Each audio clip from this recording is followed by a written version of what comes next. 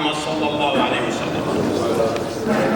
ابتداء أتوجه وإياكم لله العلي القدير أن يكتب الخير والتوفيق لمن نجتمع الآن من أجلهما، ونطلب لهم التوفيق والسعادة والأسرة السعيدة. الإخوة الأعزاء، آل الخلائق الكرام وأنسبائهم وأصحابهم وأعزائهم، الصحيح جئنا بهذه الجاءة المتواضعة من آل مرعي وأصدقائهم وأحبائهم لنلتقي بكم على خير وتوفيق من رب العالمين. والحق سبحانه وتعالى يقول: والله جعل لكم من أزواجكم بنين وحفدة ورزقكم من الطيبات. ومن المعروف أن عادة النساء يتم زواجها ونكاحها إما لجمالها وإما لنسبها وحسبها وإما لدينها، ولكن حبيبنا محمد صلى الله عليه وسلم وجهنا: اظفر بذات الدين تربت يدك.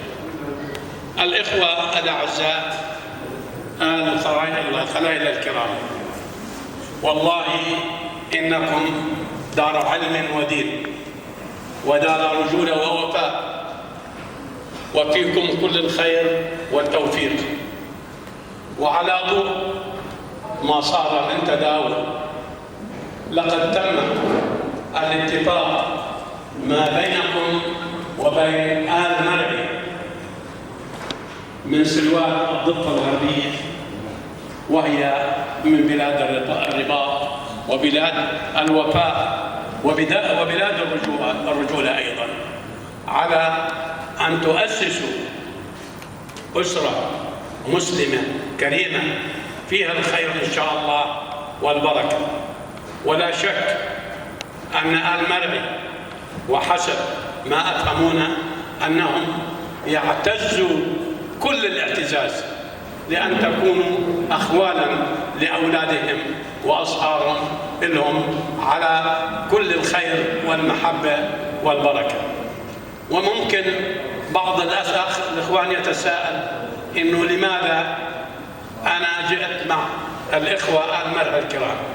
آل مرعي هم جيراننا وهم زملاء أولادنا بالدراسة، وأيضا فوق هذا وذاك قد تستغربوا إنه أكلنا مسخن بالسلوان أيام ما خدمنا بالضفة الغربية بالستينات، مسخن والله ما عمرنا بناكل زيه بالضفة الشرقية. الواقع إننا بهذا اليوم المبارك وهذا التوفيق، لأنه الكتاب انكتب، نحن نلتقي لإشهار هذا الزواج المبارك ليكون فيه خير، وأن تشهد على هذا الإشهار كل الحضور من الشباب والشيوخ والكرام. ونتوجه بالشكر والتقدير الذي لا حدود له بهذا اليوم الجمعة المبارك إلى آل الخلائق الكرام، وبارك الله فيكم على ما تفضلتم وعلى ما أعطيتم وما أعطيتم وما زلتم تعطوا وتعطوا إن شاء الله الكثير. عندنا احسنات. تفضل زكريا. بس المفروض يا شيخ جاي نطلب عروسه. بكره على كله ماشي، اللي يحكيك صح حقه، بس عن اختمام الصلاه. بسم الله الرحمن الرحيم، والصلاة والسلام على الرسول الكريم محمد بن عبد الله، هذا الرسول العظيم الذي جاءنا بالإسلام ونقتدي به جيلا بعد جيل.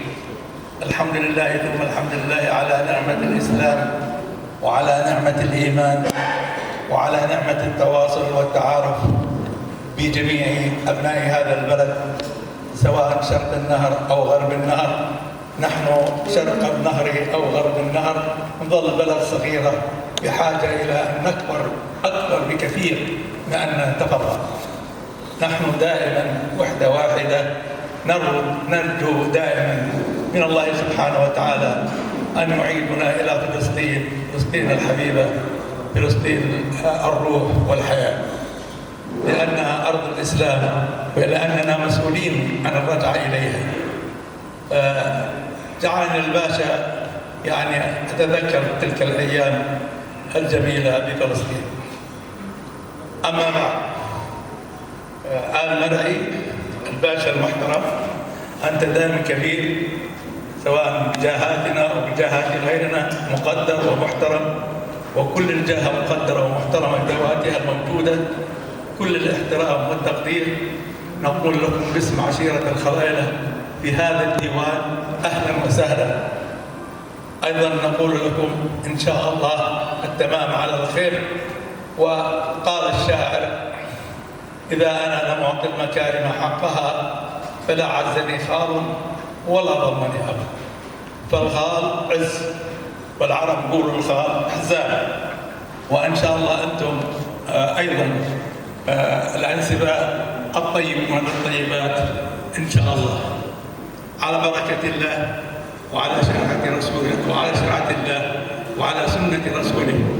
أيضا نعلن إشهار هذا الزواج، فإذا كانت الأسرة الصغيرة قد وافقت، فإحنا أيضا الأسرة الكبيرة بحاجة إلى الموافقة والشهود على هذا الزواج. على بركة الله نعطيكم. السلام عليكم ورحمة الله وبركاته. الفاتحة.